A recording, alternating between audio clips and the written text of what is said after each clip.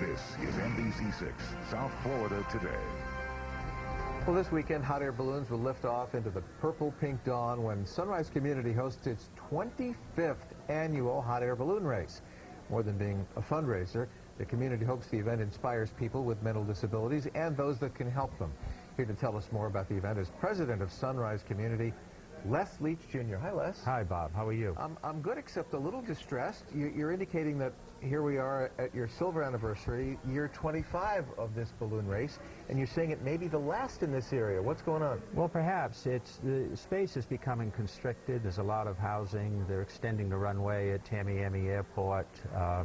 As you fly every day, you fly in a different direction, and you can't do that in all directions out of that particular location.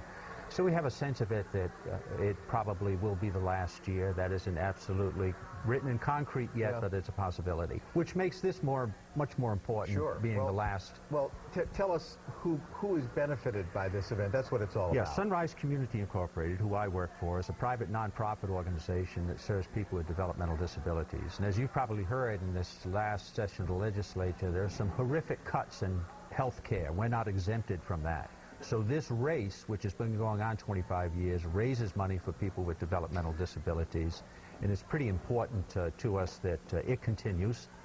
And the people with disabilities, mental retardation primarily, are the people who benefit most from the proceeds of this race. Yeah, it looks like the government is doing this, of course, everywhere, but is looking to devote less and less of public funds to things like this, and I guess we're going to have to rely on private money for so many of these healthcare issues. That is correct, and the cuts are so terrific that we're not sure you can cover it with a private dollar. Really? My colleagues, many of the nonprofit agencies, especially here in Dade County, where cost of living may be higher, we are extremely worried. Worst cuts I've seen in my whole career, and I've been at it 32 years. And I hear that from teachers in public Exactly, schools as well. And it wouldn't be so bad if it was one sector. The problem is healthcare in general, but particularly vulnerable citizens with developmental disabilities who need these services desperately.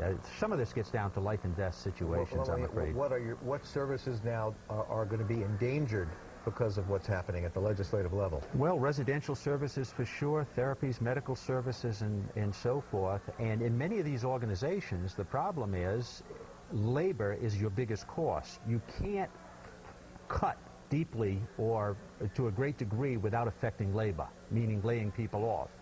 In Dade County alone, perhaps Sunrise by itself employs several hundred people.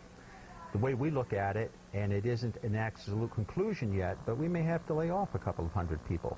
That means a lot less service. How many people, those couple of hundred workers, how many people do they care for?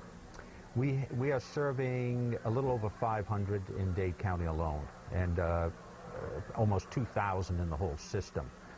But this state is most affected, Florida.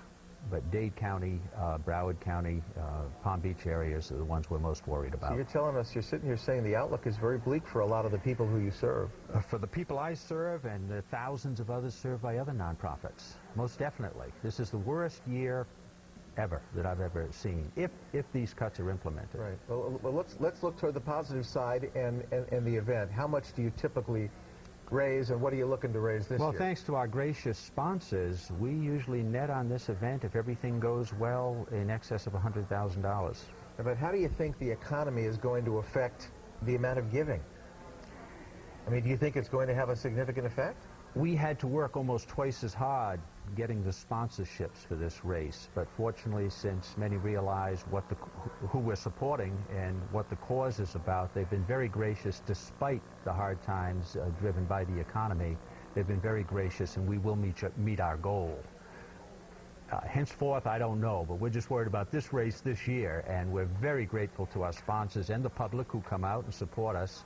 We will reach the goal, there's no doubt. Who gets to fly and who gets to come watch? Well, sponsors get to fly. If we have spare positions, we'll try to accommodate who we can, and those people who choose to crew and help out, if they're lucky and there's a spot open on that basket, they may luck out. But usually we have an obligation to the sponsors, of course, and personnel employed by the sponsors to ride. And the weather looks like it's going to be a go. It looks pretty good. We're counting on you for other people at Channel 6 for that. I hope you're listening, Ryan, because you got to come through for us this weekend. So it is looking good, and the hopes are very high that we'll get off all 3 flights, and we fly 6:30 tomorrow morning, tomorrow afternoon at around 5:30, and then one on Sunday morning around 6:30 again. You have to get up. Anything over 6 knots is a problem. Let's keep it below. All right. Hope to see you there, Bob. Luck. Thank you. Sunrise Community's hot air balloon race takes place this weekend, April 19th and 20th at the Kendall Tamiami Airport. The event starts at 6 in the morning, as you heard. For more information, there's the number 305-596-9040. Roxy. Well, one of the stars on NBC's hit show Heroes is a star of a film opening up today, and Al Pacino, he's back on the big screen. Here's your box.